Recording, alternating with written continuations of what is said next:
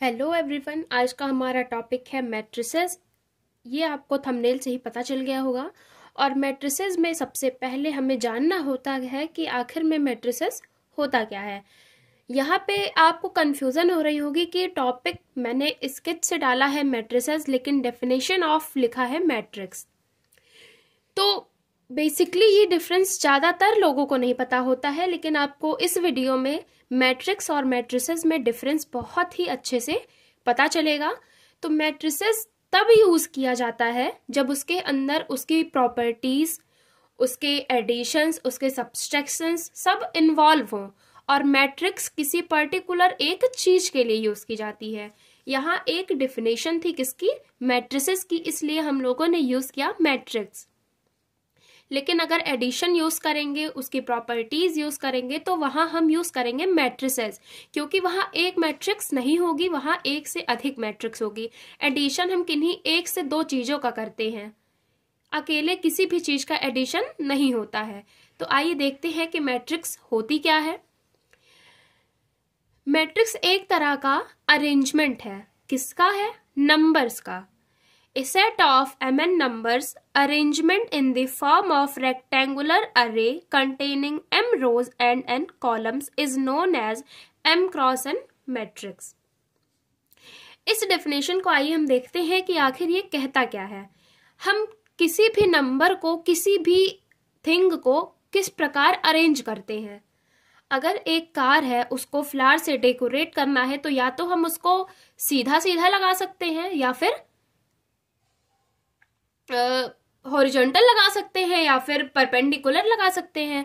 तो उसी प्रकार से हम उसको रो में डिफाइन कर सकते हैं और कॉलम में डिफाइन कर सकते हैं, या फिर रो में लगाएंगे या फिर कॉलम में लगाएंगे। रो को हम ऐसे दिखाते हैं और कॉलम को ऐसे दिखाते हैं, ये तो आपको पता ही होगा। तो मैट्रिक्स कुछ नहीं है, अरेंजमेंट है। किसका है? नंबर्स का है। A matrix is called a arrangement of numbers is known as matrix।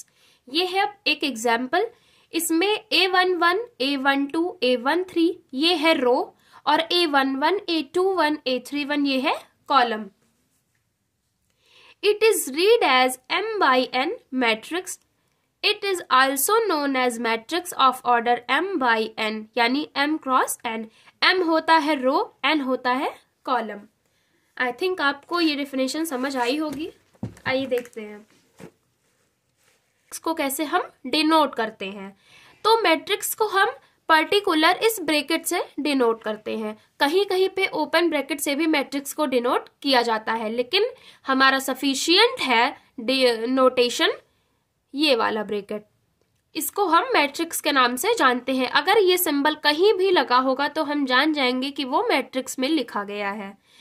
जैसा कि मैंने आपको बताया था कि ये लाइंस रो होती हैं, जो पड़ी हुई, जो रोए, रोता कौन है? जो गिरा होता है। और जो गिरी लाइन हो उसे क्या कहेंगे? रो कहेंगे। जो उठा होगा उसे कॉलम। रो को हम याद कर सकते हैं जो रोए, और रोता कौन है? जो गिरता है। ये हो गई रो, ये हो गई कॉलम। किसी रो में कितनी रो होती है? आई। ये इसका स्पेसिफिक सिंबल है आई। और किसी कॉलम में कितने कॉलम हो सकते हैं? मैक्सिमम कितने कॉलम हो सकते हैं? जे। 1 2 dash dash J, 1 2 dash dash I. The number of ith jth, आई है रो एंड जे है कॉलम। यहाँ पे देखिए मैंने आपको दिखा दिया। रो को इससे डिनोट करते हैं और कॉलम को इससे डिनोट करते हैं। The number of ith jth place of matrix A is denoted by aij, written as in short form capital A is equals to small ij, bracket में रहेगा। ये ब्रैकेट है मैट्रिक्स और m क्रॉस n। सबसे important बात है कि किसी भी मैट्रिक्स को हम कैपिटल लेटर से डिनोट करते हैं और उसके एलिमेंट्स को स्मॉल लेटर से। कहीं पर भी कोई भी मैट्रिक्स लिखी हो, अगर हमें उसे डिनोट करना है या फिर कहीं भी लिखा हो पहचानना है, तो सबसे जरूरी बात है, अगर वो कैपिटल लेटर में है तो मैट्रिक्स है, अगर स्मॉल लेटर में है तो वो मैट्रिक्स का एलिमेंट है।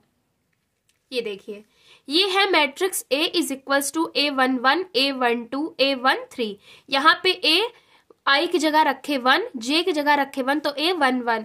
यहाँ 1 रखे तो यहाँ 2, क्योंकि रो फर्स्ट है और कॉलम सेकंड है। Row first column third, row first column n, dash dash करके n तक गया।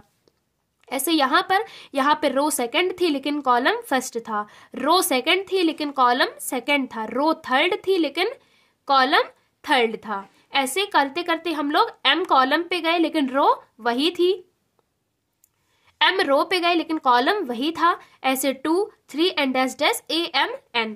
नोट पॉइंट है, the matrix is not a number, it has no numerical value but it is a structure. यानी matrix, कोई भी matrix, note point है, the matrix is not a number, it has no numerical value but it is a structure. यानी matrix, कोई भी matrix हमें कोई भी न्यूमेरिकल वैल्यू या फिर कोई भी वैल्यू हमें नहीं देती है, इसका कोई सोल्यूशन नहीं होता है, ये केवल स्ट्रक्चर है। किसका स्ट्रक्चर है? Numbers of arrangement. ये केवल एक अरेंजमेंट है, किसका है? नंबर्स का है, किसी थिंग का है, किसी भी एनी पर्टिकुलर पार्टिकल का है। मैट्रिक्स केवल एक स्ट्रक्चर है और किसका है? नंबर्स का है। आइए देखते हैं अलजेब्रा ऑफ मैट्रिसेस।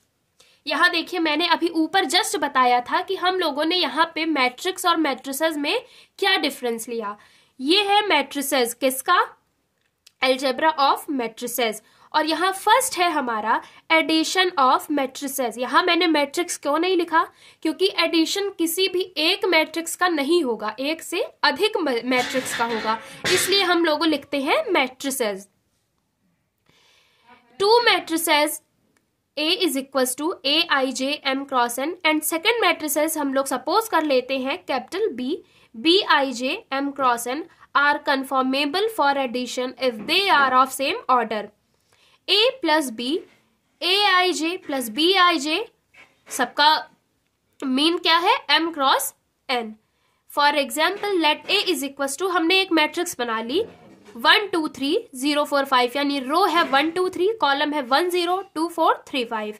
किसका है? कितने ऑर्डर का है? 2 क्रॉस 3 का है। देखिए, ये column first, column second, column third, ये रो फर्स्ट, ये रो सेकंड।